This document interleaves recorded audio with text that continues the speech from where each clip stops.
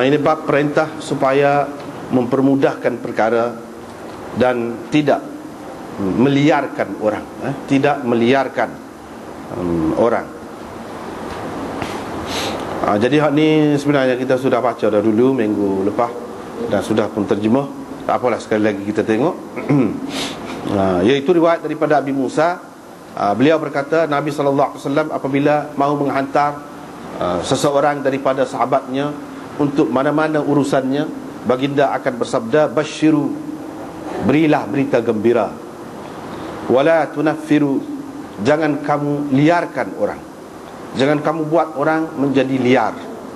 Wayassiru, permudahkan, wala tu'assiru, jangan kamu payahkan.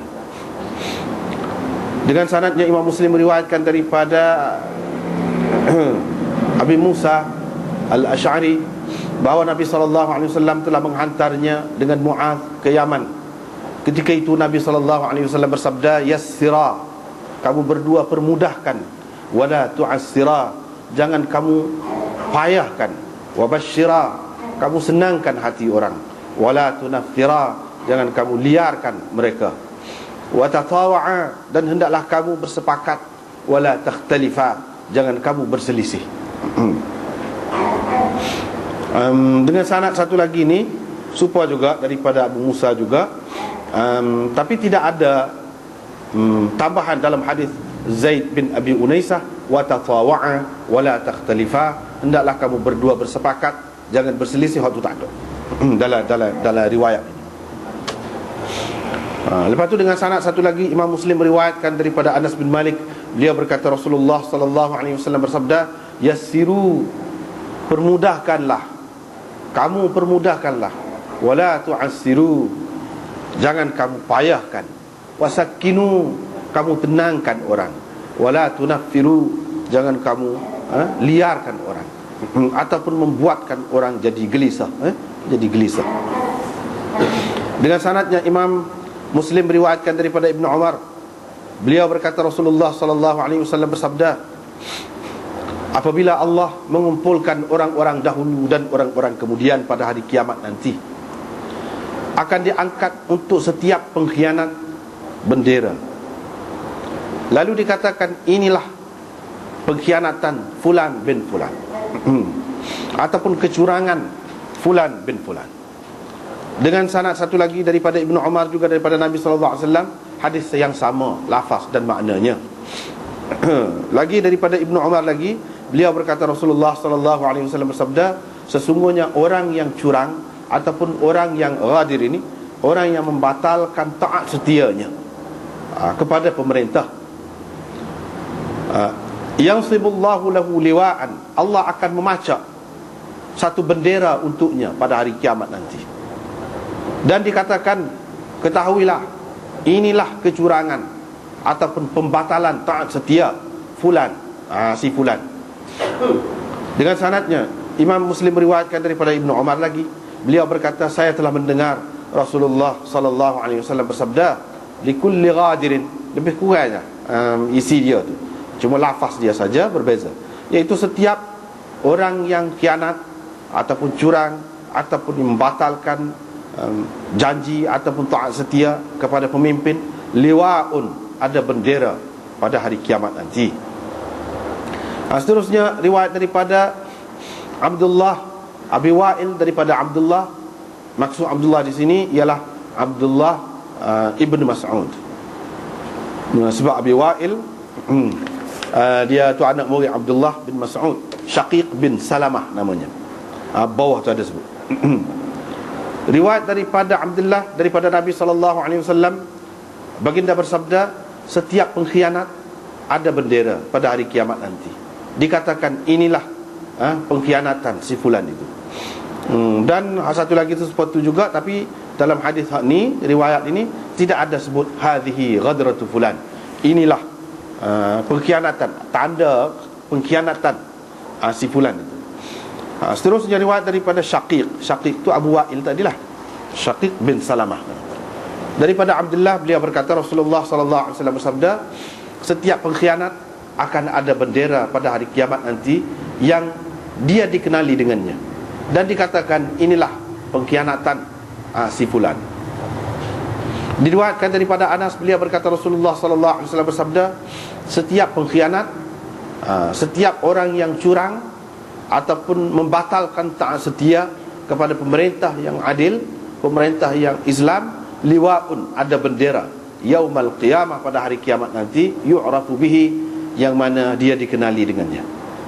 Diriwayatkan daripada Abi Sa'id Al-Khudri daripada Nabi sallallahu alaihi wasallam, beliau berkata, Nabi sallallahu alaihi wasallam bersabda, setiap ghadir, pengkhianat, ada bendera dekat punggungnya, dekat punggungnya, inda stihi. Itu maknanya punggung dia pada hari kiamat nanti. Dengan sanad yang Imam Muslim meriwayatkan daripada Abi Sa'id, beliau berkata Rasulullah sallallahu alaihi wasallam bersabda, setiap pengkhianat ada bendera pada hari kiamat nanti, dan diangkat bendera itu untuknya mengikut sejauh manakah pengkhianatannya. Ketahuilah, tidak ada pengkhianat yang lebih besar daripada pengkhianatan seorang pemimpin agung, pemimpin umum masyarakat. Ini bab keharusan menipu daya ataupun membuat hela dalam perang. Dengan sanadnya Imam Muslim meriwayatkan daripada Jabir, beliau berkata Rasulullah sallallahu alaihi wasallam bersabda, perang itu adalah tipu daya. Daripada Abi Hurairah, dengan sanad yang lain daripada Abi Hurairah, beliau berkata Rasulullah sallallahu alaihi wasallam bersabda, sama juga, al-harbu khud'atun, tipu daya. Perang itu adalah hela ataupun tipu daya. Itulah 2, 3 bab kita tengok malam ni.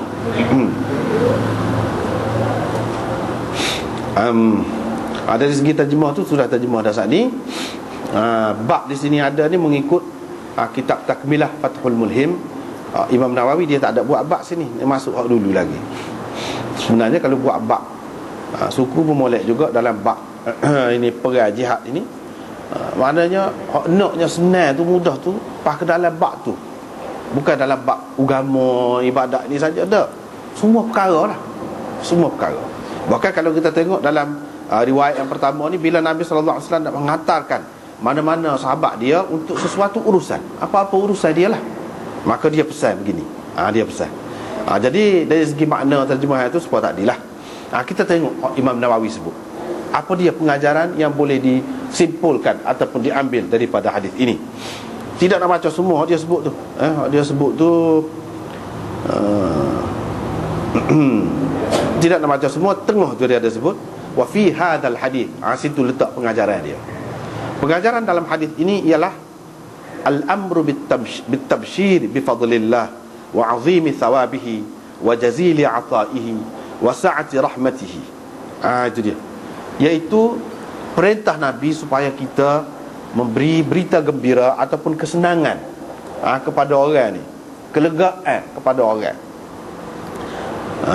iaitu orang akan mendapat kurniaan Allah yang banyak, pahala yang besar, dan pemberian Allah yang melimpah ruah, rahmatnya yang luas.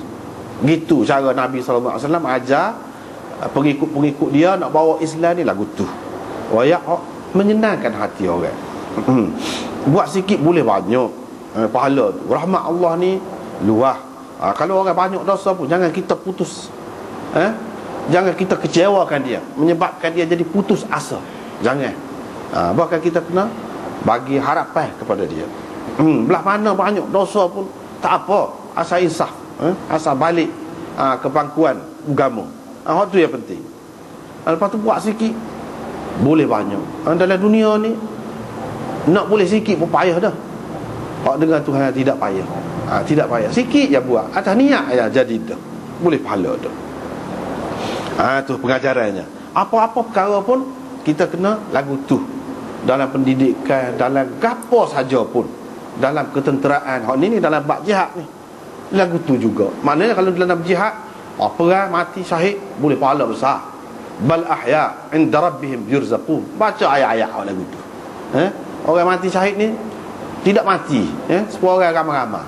Bahkan dia tu dalam hakikatnya, pada sebenarnya hidup sentiasa mendapat rezeki daripada Allah Subhanahu Wa Taala. Supaya hidup dalam dunia lah juga dapat rezeki, kita boleh merasa ada maknanya. Jadi hak mati syahid lagu tu. Tu kelebihan dia. Pada akhirat saya dalam syurga tu istimewa. Nabi sallallahu alaihi wasallam orang perempuan tu tanya anak dia lagu mana mati. Dia syahid. Masuk syurga kau. 2-3 kali tanya. Dia kata anak bukan sekat masuk syurga, masuk Firdaus. Dia kata, tengok dia bagi. Itu tabsyir orang panggil. Berikan berita gembira. Lepas tu nak tengok Nabi sallallahu alaihi wasallam lagu mana kalau dalam bab ketenteraan ni. Tidak kata mati luka gitu saja, tidak. Bahkan kalau benda ghanimah tu, harta rampasan perang tu boleh 1/5 saja hanya untuk masyarakat. 4 lagi tu untuk pergi perang. Tengok berapa ramai sahabat yang kaya raya kemudiannya kerana pergi perang. Dia bagi hak tu. Dia bagi hak tu. Lepas pada tu pula kalau mati lagu mana? Man taraka dainan aw iyalan fa ilayya wa alayya. Dia kata sesiapa yang tinggal anak pinak mati tak seharusnya, itu aku, tanggungjawab aku tu makna sebagai pemerintah lah, aku akan uruskan. Jadi tak ada siapa dia bimbang. Ajaran Islam pula ajar pula ajaran Nabi. Cuba kita tengok sahabat-sahabat hak ni mati, hak ni nikah pula tak ada kata tak sila janda ke apa, tak timbul masalah tu. Menikah di zaman sahabat dulu tanggungjawab dan untuk membela orang lain yang kematian suami dia, tak ada penjaga anak dia tu. Dalam Islam bukan nak suka-suka gitu saja menikah. Cuma kita tengok sahabat-sahabat janda saja menikah, ramai nak menikah janda. Dan dia pegalah anak tu. Dari segi sahabat tu pula digalakkan begitu, tak ada bimbang apa.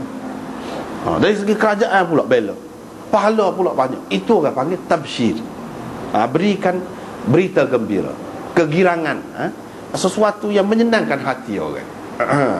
Jangan menyusahkan hati, jangan menyedihkan dia. Jadi tak boleh lagu tu. Gitu. Itu dalam bab perang. Bab lain pun lagu tu juga.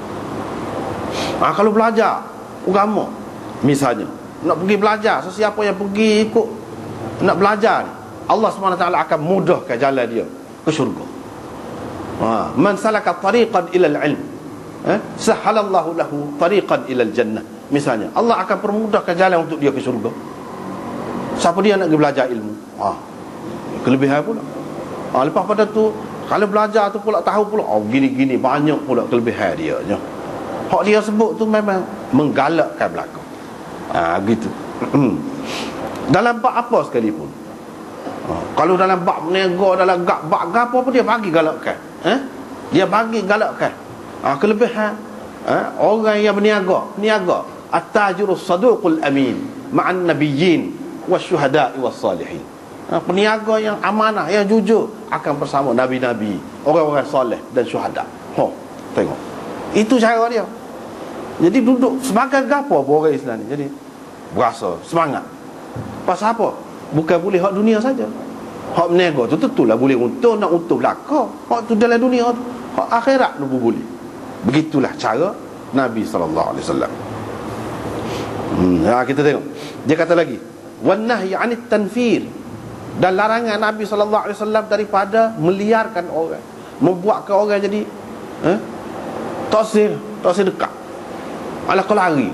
Janganlah betul. Biar kita orang Islam sepatutnya hak kafir pukul hak dekat. Jangan Islam pukul hak lari. Tak boleh lagu tu, tak kena tu. Mesti ada tak kena. Hak kafir tu kalau boleh, dia kau dekat, dia jinak dengan kita, dia mesra dengan kita, nak mari dekat kita. Apatah lagi hak Islam. Kalau kita dapati kita ni hak Islam pun lari, itu mesti ada tak kena. Jangan buat lagu tu. Bizikri takhwif, dengan menyebutkan perkara yang menakutkan. Mu padahal lagu ni tak boleh hapus dosa ni, Tuhan tak terima taubat misal, tak boleh kata lagu tu. Itu dia. Wa anwa'il ba'id wa'id mahdha min ghairi dhambiha ila at-tabshir.